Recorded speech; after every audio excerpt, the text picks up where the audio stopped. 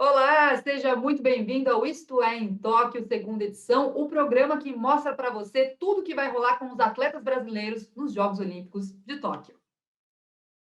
Exatamente. Aqui você fica sabendo toda a agenda e a programação dos brasileiros nesses Jogos Olímpicos. Bora lá então, o Isto é em Tóquio está no ar.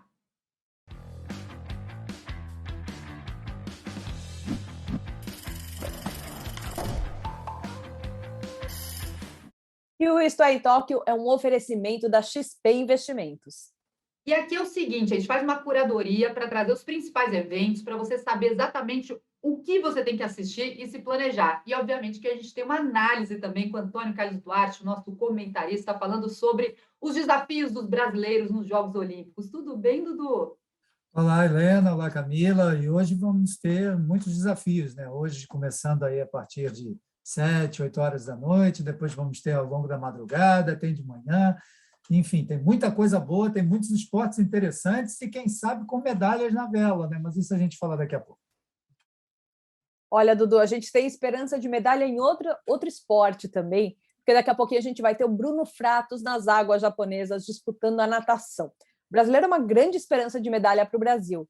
E apesar de ter alcançado a melhor marca pessoal dele esse ano, o Bruno terminou a semi com o terceiro melhor tempo, que aliás é um baita de um tempo, completando a prova com 21 segundos e 60 centésimos. Na final, ele vai ter dois grandes desafios, até que a gente comentou aqui no programa dessa manhã, o francês Florent Manadou, que foi ouro nos Jogos Olímpicos de Londres, e o americano Caleb Dressel, que é o principal candidato à medalha de ouro e que, aliás, já quebrou o recorde mundial nesses Jogos Olímpicos. Ainda assim, a gente está confiante numa medalha do Bruno Fratos, não tá, Dudu? Costuma-se dizer que é a terceira de vez, né? É a terceira Olimpíada dele, a terceira final, então dessa vez ele vem mesmo para a medalha. Eu acho que é o grande objetivo, e ele trabalhou durante esses 5 anos, né, desde a Olimpíada do Rio, com esse objetivo. Então, acredito eu, sinceramente, que dessa vez não deva escapar uma medalha. Mas ele vai ter que tomar muita cautela, vai ter que ter muita cautela com esses adversários que você falou, além do grego, que é também ali um potencial, tem o mesmo tempo, fez o mesmo tempo que o Bruno, portanto, vai ser também um potencial candidato aí para a disputa de medalhas. Então, acho que, e daqui a pouco o nosso entrevistado vai falar melhor do que eu, né? Mas esses quatro, aí é que eu estou achando que as medalhas não devem fugir desses quatro aí: o americano, o grego, o Bruno e também o francês. Vocês ouviram, né? Dudu falou em entrevistado, então abre a roda, vai um pouquinho para o lado, Dudu Câmbio também, dá uma afastadinha aí, puxa uma cadeira, porque nós temos um grande nome da natação do Brasil, uma das referências do nado peito do país e multicampeão, que vai falar, conhece muito bem a natação, conhece muito bem esse personagem que a gente falou e vai poder bater um papo com a gente sobre a modalidade. Tudo bem, Felipe França? Seja muito bem-vindo. Uhul! Olá, Helena, Camila, Antônio, é um prazer aqui estar na Isto É em Tóquio. O Olha, prazer é todo nosso. O Felipe já ostentou aqui de manhã, ele já fez o treino dele, já está aqui com a vibração lá em cima, cheio de energia para falar também sobre a natação em Tóquio, sobre a nossa equipe, principalmente sobre o Bruno Fratos hoje. Felipe, você que conhece bem o atleta também, sabe dos desafios, conhece os outros nomes. O que você pode dizer de hoje? Como é que está a expectativa, fora a torcida, quanto a essa prova? Eu acredito que a natação brasileira está com os holofotes, os olhos todos virados para o Bruno, né? Com essa expectativa dessa medalha, que vem desde Londres 2012, que ele ficou em quarto. Eu acredito assim, até que o Antônio falou que tem que ter muita cautela, tem que ter essa frieza na final, sim.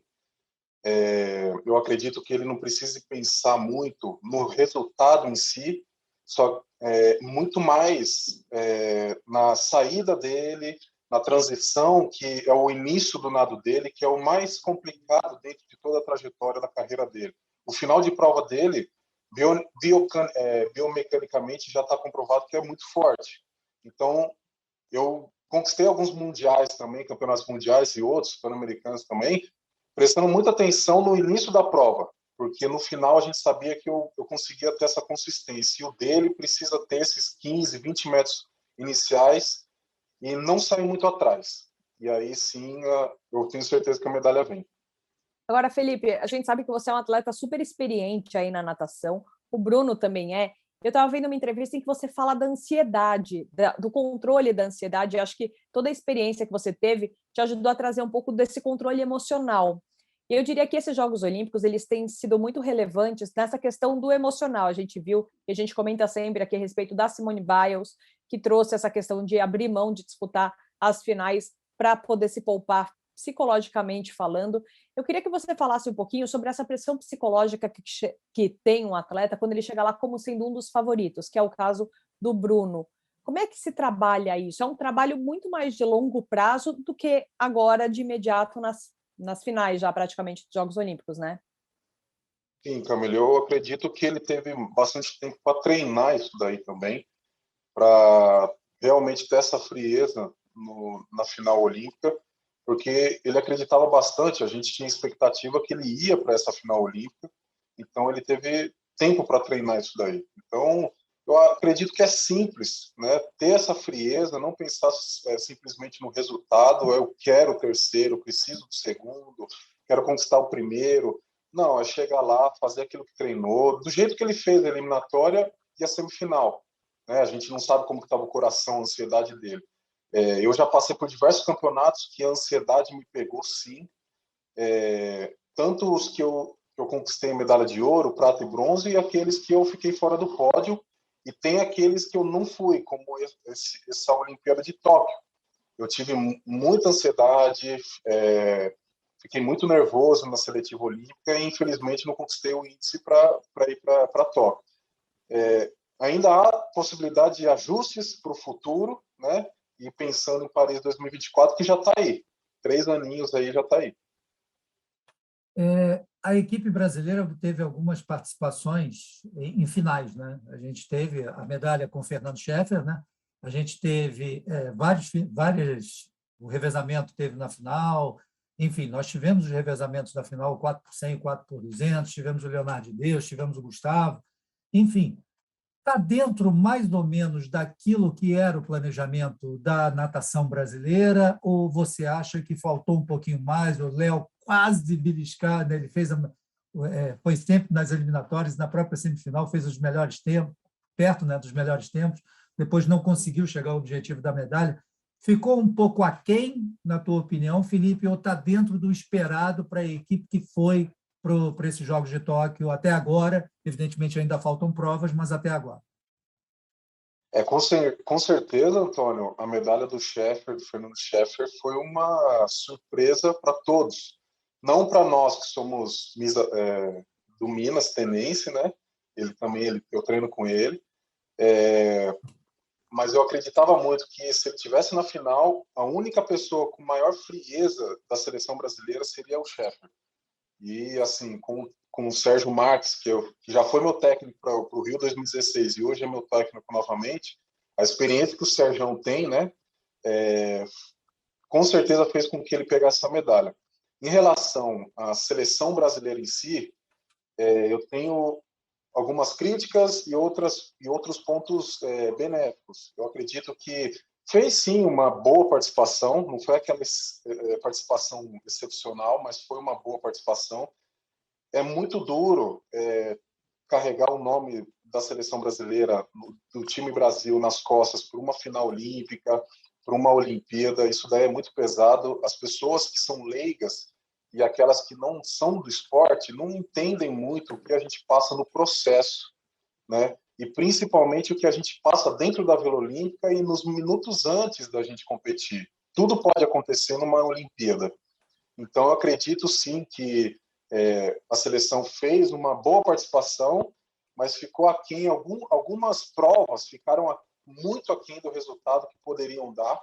Né? Isso daí a gente poderia colocar a culpa na pandemia que houve em 2020, mas agora a gente precisa olhar para o futuro, planejar o futuro e começar a treinar, porque há outra Olimpíada em 2024. Eu acredito sim que em 2024 pode fazer uma participação melhor do que essa em Tóquio, né? Além da expectativa de medalha do Bruno, que a gente poderia sair com 2 medalhas na participação de Tóquio na natação, que para a natação brasileira vai ser excepcional. eu acredito que essa medalha do Sheffer já tenha levantado o ânimo, até o meu mesmo, né? Eu já falei até pro Serjão, cara, me acendeu uma chama da qual eu não estava conseguindo acender sozinho, entendeu? Por tudo que eu já passei, por todas as finais, finalista olímpico, medalha de ouro, prata, bronze mundial, eu sou bicampeão pan-americano, tudo que eu já passei, eu precisava de uma chama que eu não estava encontrando. E essa aqui, não só o Sheffer, mas o Serjão pegou também. Me acendeu e me fez ficar mais forte. Que legal esse relato. Obrigada por compartilhar com a gente, Felipe. E até você tocou num ponto, eu queria a sua opinião, porque realmente eu observando não consigo achar um motivo. Você falou sobre resultados que ficaram aquém do esperado, que a gente pode colocar que foram consequência de uma pandemia, da preparação da maneira que foi. Mas, ao mesmo tempo, a gente vê quebra de recorde, e recordes que foram feitos antes da pandemia. Então, o que você acha que está acontecendo? Como é que, com esses 5 anos, né, com esse ciclo olímpico quebrado por uma pandemia, com uma preparação que o pessoal teve que ficar em casa, ou teve que, enfim, teve que dar seu jeito, se adaptar, e que a gente sabe que não foi o ideal, e mesmo assim tem atletas que chegam e conseguem quebrar esses recordes. Você consegue ver algum motivo para isso? Eu acredito, tem 2 pontos, isso na seleção brasileira e isso mundialmente. Mundialmente, tem muitos países que não tiveram assim uma pandemia forte igual ao Brasil, né? Que fechou tudo, não podia sair de casa. Eu mesmo fiquei 2 meses e meio sem cair na água, treinando aqui nesse quarto que eu tô. E tenho adversários meus que não pararam e fizeram os melhores resultados, né? Pegaram medalhas nos 100 metros peito. E eu acredito que na seleção brasileira todos pararam de treinar e no mínimo 1 mês, 2 meses sem cair na água prejudica todo um ciclo. Nós que somos do esporte aquático, a gente precisa da sensibilidade, a gente precisa do contato com a água. Não estou dizendo que é mais fácil o esporte que é feito na quadra, por exemplo, o vôlei, o basquete, mas eu poderia simplesmente pegar uma bola e praticar aqui no meu quintal sem perder aquela técnica diária. Mas na natação, no polo aquático, em qualquer outro esporte aquático, eu acredito que perdeu sim esse rendimento que a gente carregou de 3 anos desde 2016. Então, eu digo a quem do esporte da natação brasileira, mas do esporte mundial, eu acredito que não. Eles fizeram o que tiveram que fazer dentro do esperado, né? E até teve alguns fortes, o Dressel batendo o recorde mundial ontem, mas eu acredito que na seleção brasileira alguns pontos, né, deixaram a desejar ali, não por causa da pandemia, mas até parte mental também. Eu passei isso, a mente ela fortalecida, ela passa por tudo, né? Ela que nem o Sheffer. Eu tive as mesmas condições que o Fernando Sheffer e o cara pegou medalha de bronze na Olimpíada. Então é uma coisa que a mente comanda muito mais do que o corpo. Precisa sim estar preparado fisicamente e muito para uma Olimpíada, mas a mente ali ela toma conta de tudo. Felipe, ainda falando dessa questão da mente, você falou agora há pouco que ninguém sabe o que se passa na cabeça de um atleta quando você está lá nos momentos antes da competição, quando você está como sendo favorito. Será que você consegue traduzir para a gente um pouquinho, para a gente ter noção do que se passa? Porque eu acho que é uma curiosidade de muita gente, de você olhar lá, de você ver os nadadores entrando, concentrados, tal, e falar o que essa pessoa está pensando agora. Eu queria saber o que você, Felipe, pensa antes de uma competição como essa? Como que é a sua cabeça? Primeiro assim, eu faço numa competição uma prova de 1 minuto. Então a minha vida se passa em 1 minuto. Se eu não tiver o resultado, muitas pessoas me cobram por não ter tido resultado, por não ter tido aquela performance excepcional que a gente deve ter, que eu devo ter.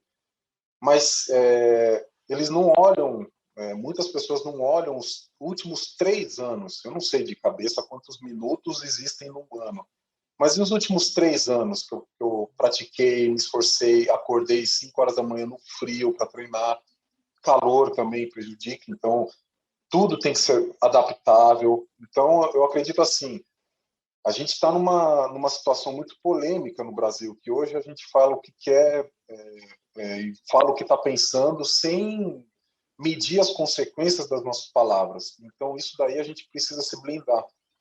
Os atletas precisam se blindar, principalmente os que estão lá em Tóquio, para que isso não possa influenciar e a gente não dê entrevistas, a gente não dê má entrevistas ruins, simplesmente por influências dessas opiniões que a gente precisa, sim, ponderar, mas respeitar, mas também, às vezes, numa final olímpica, a gente tem que entrar por um ouvido e sair pelo outro, porque a gente está focado. Então, eu acredito que, na minha prova de 1 minuto, eu preciso estar 100% focado naquilo que eu preciso fazer, né? Que nem eu vou te dar um exemplo, né? Na camisa de vocês tem a XP, eu também invisto na XP, né? Só pegando um gancho. Então, a gente tem que ver a longo prazo. A gente precisa ver a muito longo prazo, tanto ações como fundos imobiliários. A gente precisa ver a longo prazo. E tem muita gente vendo a curto prazo. A curto prazo nenhum resultado sai. A gente não pode simplesmente, vou treinar 1 ano, 3 meses depois da pandemia e vou bater recorde mundial. Não funciona assim. A gente precisa ver a longo prazo, que na natação é no mínimo 2 anos e meio. Mas rapidinho, só para complementar isso, Dudu, a gente tem falado muito aqui, Felipe, que às vezes a gente está sempre em busca do ouro e a gente briga, a gente fica bravo quando o atleta não alcança o pódio. Mas, assim, estar entre os 8 maiores do mundo, estar classificado para os Jogos Olímpicos, estar entre os 30, 40, 50 maiores atletas do mundo é uma grande façanha. Então, acho que a gente precisa mudar um pouco a mentalidade do brasileiro também, e acho que é mundial, né? Tanto que lá nos Estados Unidos a gente tem visto que quando eles colocam um quadro de medalhas, se os Estados Unidos está em primeiro lugar lá no quadro de medalhas, fica lá tudo bonitinho. Se os Estados Unidos não está, eles colocam na quantidade geral, total de medalhas, ignorando a quantidade de ouro. Então, assim, as pessoas têm, de fato, essa loucura pelo ouro e talvez a gente acabe esquecendo que aquilo ali é só a ponta do iceberg, tem aí uma série de anos de preparação antes disso. Eu acho que falta um pouco de treinamento não só para o atleta, mas para os espectadores, para a gente aprender um pouco isso e cobrar um pouco menos. Talvez a vida de vocês fique mais tranquila quando a gente entender que isso faz parte de um processo, né? Eu acredito que precise ser mais divulgado o dia a dia de um atleta, o dia a dia da natação brasileira. A gente tem de 3 em 3 meses tem uma competição e que o telespectador só nos vê, só nos assiste nessa competição. Então, se a gente tivesse semanalmente, por exemplo, em um futebol, por exemplo, toda semana está lá, eles estão nos acompanhando, estão vendo a nossa sofrência ou a nossa dedicação, a nossa vitória diária também. Eu acredito que eles falam, poxa, realmente é uma luta e uma vitória que eles passam diariamente, semanalmente, mensalmente. Tá certo, Felipe. Eu acho que também vai muito da gente, né? A mídia também que tem que cobrir, principalmente a mídia brasileira, para dar apoio a todos os esportes, apesar da natação ser uma das prioridades, a gente sabe, mas que precisa de muito mais espaço que isso, e não só essa modalidade, mas todas as outras, e é isso que a gente procura proporcionar também aqui com o Isto É em Tóquio. Felipe, eu só te falo uma coisa. Quando a gente não é baú aqui, mas a gente tá só entre a gente, não tem problema. Mas a gente começando a entrevista, o Felipe falou assim: olha, não sei, pode ser que eu esteja enferrujado. Imagine se ele não tivesse. Fala Que sério, sensacional! viu? A lucidez que você traz, a consciência, os pontos que você levanta, as suas impressões pessoais. Muito obrigada por compartilhar tudo isso com a gente. Obrigado a você, mãe. Muitíssimo obrigada. E estamos aqui na torcida por Paris 2024, hein? Tem 3 anos Bora aí, lá, queremos te Felipe. ver lá. Mas ainda tem competições antes. Eu quero ser tricampeão pan-americano. Vai ter tudo isso, com certeza vai. Ele é o Papa Medalhas, o Felipe, o Pan-Americano. A gente está torcendo aqui para virem mais e mais. Obrigado. Obrigado, Helena, Camila, Antônio. Obrigado pelo convite. Muitíssimo obrigada, Felipe. Obrigado, Felipe. Valeu. Que legal, legal demais, né? Ouvir essas impressões do atleta, trazer o panorama tão claro e com pontos tão importantes sobre a modalidade, sobre os Jogos Olímpicos, sobre a parte comportamental também. Muito legal essa entrevista com o Felipe França. Se você chegou agora, não se preocupe que esse programa fica na nossa plataforma e as nossas entrevistas também ficam no nosso Instagram, em pílulas. Então, você pode conferir tudo lá nas nossas redes sociais. Vamos falar de vôlei, pessoal? Vou aqui Vamos. acionar Antônio Carlos Duarte para falar sobre a seleção masculina, Dudu, que a gente ficou naquele debate, né? Eu e a Cami falando para o Renan dar uma mexida no time, colocar um pouco mais os reservas, fazer os seus testes. Já o Dudu falou, não, contra a França, mesmo classificado para as quartas de final, a seleção brasileira de vôlei masculina tem que usar o time titular, tem que ir com força máxima. Mantém, Dudu? Mantém, lógico. Eu sou apologista dos melhores terem que estar sempre em quadra. Você viu, a gente ontem falava, mas a Macris não vai jogar, e não sei o que, a gente estava com aquele receio. A Roberta entrou e arrebentou no jogo da seleção feminina. Então a gente tem que confiar. Se foram os melhores, os que estão ali, por vezes ficam alguns jogadores de grande qualidade de fora também. Mas se eles estão ali, foram escolhidos pelo Renan, são os melhores que nós temos. Então a gente tem que acreditar que o reserva, se alguém se machucar, o reserva que vai entrar vai suprir a ausência do titular. E a gente não vai acreditar que não vai ter nada. O jogo hoje é um jogo interessante, porque é o segundo contra o terceiro. A França é a terceira colocada, a França tem 2 vitórias com 7 pontos, o Brasil é o segundo, tem 3 vitórias e tem 8 pontos, tem as mesmas vitórias da Rússia, só que a Rússia tem uma pontuação maior justamente por ter a vantagem em cima do Brasil, o Comitê Olímpico Russo, né? O Brasil venceu os Estados Unidos, a Tunísia e a Argentina e perdeu para o Comitê Olímpico da Rússia. Quem deve estar muito de olho nesse time da França também é o Bernardinho, né, que vai treinar a França logo depois dos Jogos Olímpicos. Será ele o treinador da seleção francesa.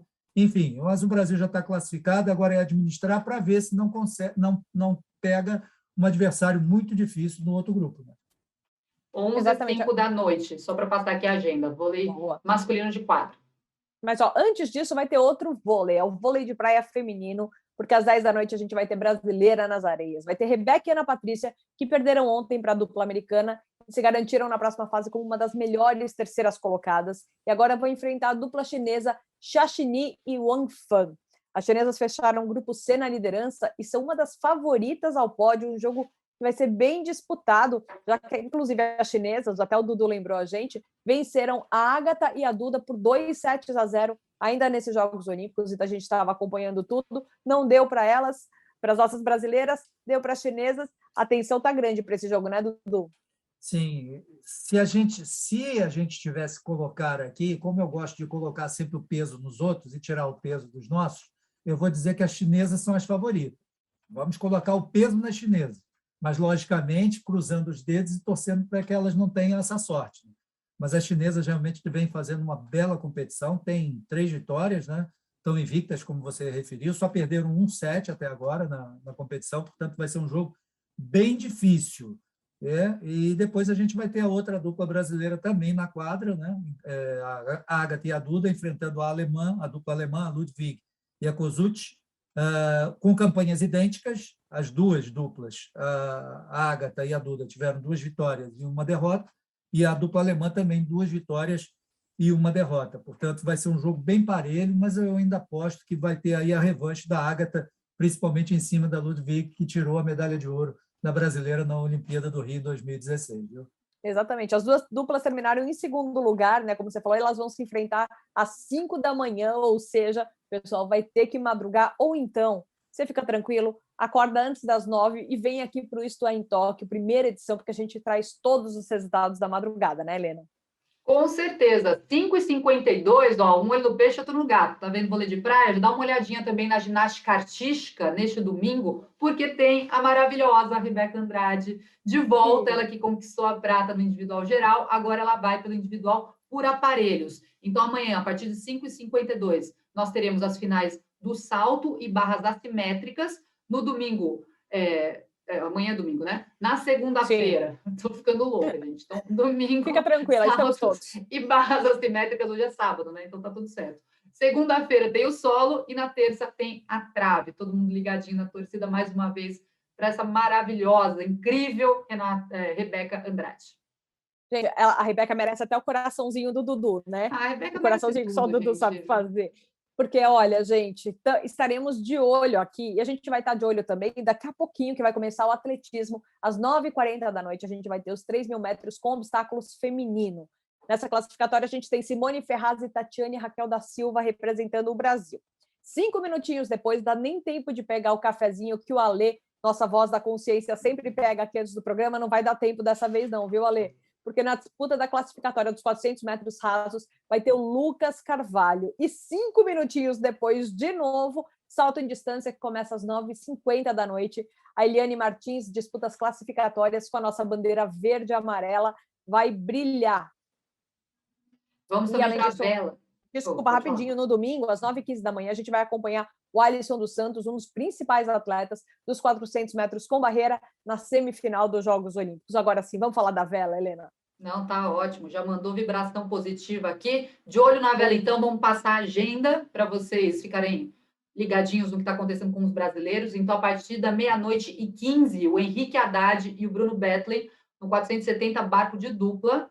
Samuel Albrecht e Gabriela Nicolino, Nacra 17, multicasco misto, também nesse horário, 00h15, a partir de 2h33 da manhã tem Robert Scheid na classe laser, barco individual, fazendo a medal race, que o Dudu vai falar já já, mas só para finalizar aqui a agenda, às 3h05 tem o Jorge Zarif, no fim, barco individual pesado, agenda da vela. E aí, Duarte?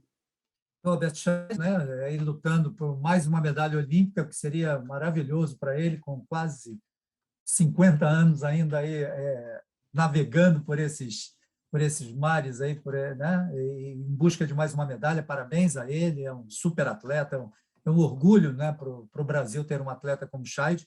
Então, portanto, ele tem condições de conquistar uma medalha, ele entra na medal race. A Martina e a Caena, amanhã não teremos a participação, né, delas, mas elas já estão também classificadas para a medal race, e eu acredito que a Ana e a Fernanda também, na 470 feminino, possam entrar na medal race. O resto, vamos ver aí como será a participação de cada um deles nas regatas, para ver se a gente terá ou não. A Patrícia, lá no RSX, também participou, mas acabou ficando na 10ª colocação. Enfim, a vela é sempre uma expectativa de medalhas, né? Então, eu acho que a gente pode sonhar aí, pelo menos com duas, uma do Scheid e a da Martina, e da Caena também na 49er. Nossa, Dudu, otimista por natureza. Agora até eu me confundi, Helena. Eu estou confundindo você. Tá, mas ó, vamos fazer o seguinte, vamos fazer um giro por vários outros esportes que vão ter representantes brasileiros aí essa noite, nessa madrugada e amanhã de manhã, porque essa noite a gente também vai ter representantes brasileiros no hipismo. Tem concurso completo por equipes misto às 7h45 da noite, ou seja, praticamente já rolou, já está começando, já deve estar começando. Na disputa individual, a gente vai ter no mesmo horário Carlos Faro, Rafael Lozano, Marcelo Tosi em busca da classificação, né, Helena? Exatamente, estou até circulando aqui, às 11 horas da noite, já também, vai ter wrestling greco-romano, oitavas de final até 130 quilos, Brasil e Alemanha, com o Eduardo Stogomo. Esses brasileiros, tipo a Camila, que tem esses sobrenomes que a gente engasga na hora de falar. É sacanagem, né? A gente podia deixar para os sérvios. Sogomonian. E vai ter também... Fala, Camila. A gente podia deixar os sobrenomes difíceis para os sérvios, sabe? Para esse pessoal, não, os brasileiros. Mas o meu é de descendência síria. Então, Camila Strouge. Não é difícil, vai. Não, o meu também é Cahill. Deve ser o mais simples que eles têm lá, porque... Não, Duarte é o mais tranquilo. E vira Dudu ainda, fica mais fácil. E aí, às 11 horas da noite, também tem o wrestling livre. Aline Silva, nas oitavas de final até 76 quilos. Brasil e Turquia. Maravilha, essa noite a gente também vai ter o tênis de mesa representando o nosso Brasil. A nossa equipe feminina vai encarar Hong Kong nas oitavas de final a partir das 10 horas da noite, daqui a pouquinho. Aliás, esses dias a gente conversou com o Goiama aqui no Estou em Toque, ele falou muito da expectativa para as equipes de tênis de mesa, vale a pena ficar de olho. E amanhã, ou melhor, nessa madrugada, né, a gente vai ter o tênis de mesa por equipes masculino, 2h30 da manhã no confronto contra a Sérvia. Ele já saiu daqui, mas eu adianto que o Felipe França, que vocês viram, o nadador, ele já foi atleta, já foi jogador de tênis de mesa. Com certeza vai estar de olho também. E vamos falar do handball masculino, Dudu, porque quando a gente analisou antes da partida contra a Argentina, sinalizamos que o jogo contra os hermanos era fundamental e era um jogo que o Brasil poderia ganhar e ter essa chance de se classificar para a próxima fase, mas ainda tem que passar pela Alemanha, e o jogo vai ser às 7h30 da manhã deste domingo, último da fase de grupos. O que a gente pode esperar, valendo a classificação para as quartas? Jogo complicadíssimo. A Alemanha hoje é a terceira do grupo, né? Ela venceu a Argentina, a Noruega e perdeu para a Espanha e para a França. O Brasil só tem uma vitória que foi em cima da Argentina e perdeu para a Noruega, para a França e para a Espanha. Portanto, a Noruega, nesse momento, é a quarta colocada e vai enfrentar a França, que está liderando o grupo, enquanto que o Brasil precisa aí vencer e talvez torcer aí por uma combinação de resultados. Se a França der uma ajudinha e ganhar da Noruega e o Brasil derrotar a Alemanha, o Brasil fica classificado, mas precisa aí talvez dessa combinação de resultados. Vejo o jogo muito difícil, a Alemanha tem um handball excelente, então acho que será um jogo bastante difícil, mas a gente confia nos nossos jogadores da equipe masculina, que vários deles atuam nos grandes campeonatos europeus e mundiais. Confiamos sempre. E, ó, só para fechar esse nosso giro dos esportes, o peso médio Herbert Conceição vai disputar as quartas de final do boxe com o lutador do Cazaquistão. Olha aí, Helena, você queria sobrenome difícil? Abilkan Amankul. A luta começa amanhã bem cedinho, às 6h18 da manhã. Faz o seguinte, Helena, eu acho que a gente passou muita informação. Você consegue dar uma organizada aí nesse agendão para a gente, por favor? O Estou em Toque é uma mãe, gente, é mamão com açúcar. Agora, ó, tudo aqui mastigadinho para vocês, então, na sequência. Sábado, já, a partir de 7h45 da noite, temos o hipismo. 9h40 temos o atletismo. Às 10 horas, o vôlei de praia. 11 horas, 10 horas também, tênis de mesa. 10h30, natação. 11h05 da noite, temos o vôlei masculino. Daí a gente vai para a próxima página. Vela, a partir da meia-noite 5, 2h30 da manhã, tênis de mesa novamente, 5 horas da manhã, o vôlei de praia, ginástica artística a partir das 5h52 da manhã, 6h18, o boxe masculino, com Esperança e com Brasileiro, handball às 7h30 da manhã, 7h30 da manhã também tem atletismo, 400 metros com barreira, todo mundo na torcida pelo Brasil, dá aquele print. Uhul! E pronto, você já tem a programação na mão. Exatamente, arrasou, Helena, aí nessa agenda. Eu quero agradecer todo mundo que acompanhou aqui com a gente. Quero começar agradecendo o Dudu. Dudu, muitíssimo obrigada pela sua participação aqui. Que seja uma noite, madrugada e início da manhã dourada. Eu vou sonhar com o ouro. Vamos sonhar com o ouro do Bruno. Tchau, tchau. E amanhã a gente vai falar muito bem. Muito obrigada, Dudu. Amanhã estamos de volta. Eu estava aqui apontando para o lado, eu não sei nem se eu apontei para o lado certo depois. Eu vejo pelos nossos loguinhos. O horário vai estar aqui, eu vou estar apontando para lá. Estou só vendo, eu sou cheia de fazer. Até onde eu vi era do lado da XP aqui, mas por isso que agora eu passo então uma eu me ferrei, neutra, eu apontei para o lado errado. Mas é isso, pessoal. Se você não conseguiu dar o print... Exatamente. Se você não conseguir dar o print, volta o programa, pode assistir no YouTube, no Facebook, nas nossas redes sociais, a nossa homeistoé.com.br tem todas as informações, tem a programação completa e também as notícias sobre tudo que envolve os brasileiros nos Jogos Olímpicos de Tóquio. Amanhã, 9 horas da manhã, vamos vir com todos os detalhes de tudo que aconteceu nesta noite, madrugada e início de manhã. Combinado? Até lá, então. Beijo. Tchau. Beijo, até mais.